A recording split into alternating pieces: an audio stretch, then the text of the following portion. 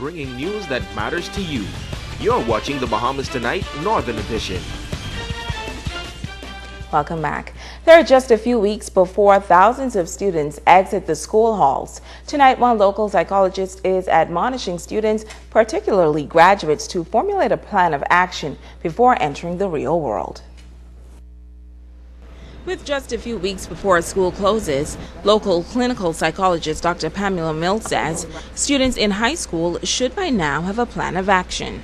12th graders are, of course, looking forward to graduating, and most of them should have by now the applications into the various institutions to which they intend to pursue, whether it's the College Bahamas level, school abroad, or it's BTBI or something of that sort. And then you have 11th graders all the way down to maybe 10th graders who are eligible to work. Most programs require that students are 16 years or older before they're eligible to work. And this is because you want them to come with a sense of maturity. With Grand Bahama's sluggish economy and the high unemployment rate, Mills says students who are graduating and are not going abroad to school must now start the search for a job. So this is a good time for parents to start gearing up and looking for the appropriate program for their children, the Y and other places around. I think one of the major concerns now, though, is for those students who are not going to pursue further education and who want to go into the employment field.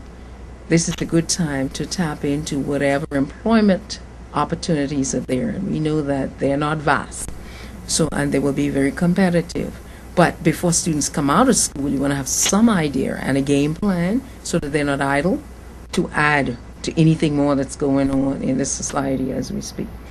But going off to college or not, she says 12th grade students must be in a state of readiness. Students whose resumes are looking like a resume should, and those can be assisted by the guidance counselors in the schools who can show students, for the most part, how to prepare a resume and do it in a way that would be attractive to a recruiting person.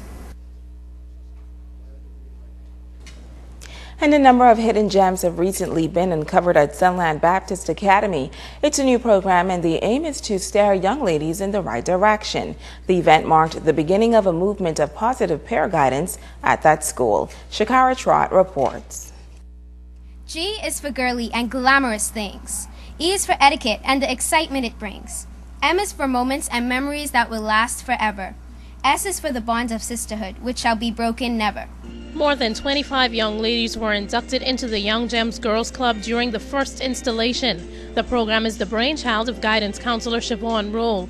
She says the Young Gems Girls program was born out of a need to fill the gap between junior and senior students and cater to the academic and social development of young girls. Students say the after-school program is one that embodies excellence. The juniors are pearls of the group, and the stone represents innocence and purity. The senior students are the pear leaders and are identified by the diamond personifying honesty with self and others. Since its inception, this club has had a major influence on the female students involved in this program. I myself can attest to being inspired and motivated as a result of surrounding myself with loyal, smart, and talented young ladies. Malika Bow is a pearl in the mist. She says she is appreciative of the 7 advisors who give selflessly to the program. She pledged to a club that she says means so much.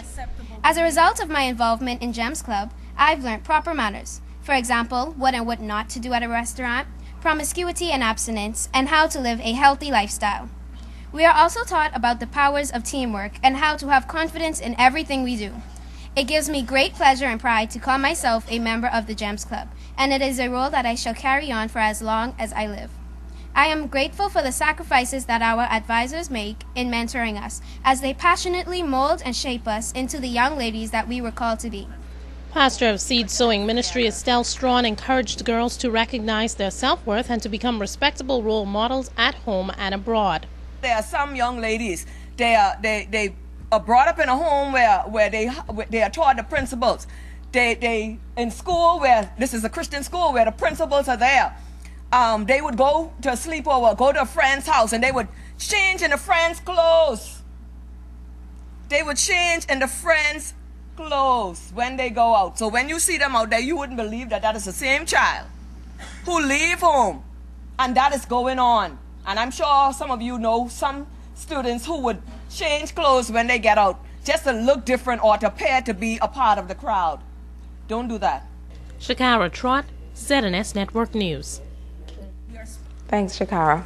Science teacher and BUT executive Quentin LaRota welcoming some curious visitors.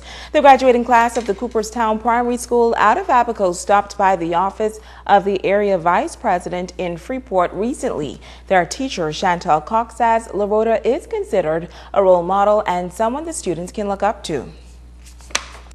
I've decided to have my class pay a courtesy call on Mr. Quentin LaRota, who is the area vice president for Grand Bahama in the Great Bahamas Union of Teachers. The reason I decided to visit Mr. LaRota is because LaRota is a son of the Abaco soil. He graduated from S.C. Boodle High School in Abaco, and Cooperstown Primary is also his alma mater. We had a really good discussion on what it was like when I was growing up in Firewood and Abaco. I've always been very fond of the people in North Abaco, Firewood and Cooperstown, Blackwood in particular. And it is such a pleasure and an honor to have them here with me. Is, I think, one of the highlights so far of the year for me. I hope that in some small way I've set a positive example in some area for them, and I hope that they are. You see my boat? Yeah. I can't help you with that. What? Jaden has a toy boat. I promise you I will bring that for you tomorrow. Let's go. And that's going to do it for us here in the North on behalf of our entire ZNS News team. I'm not speaking tonight, I'm ready. I'm Shasheena. Have a great evening.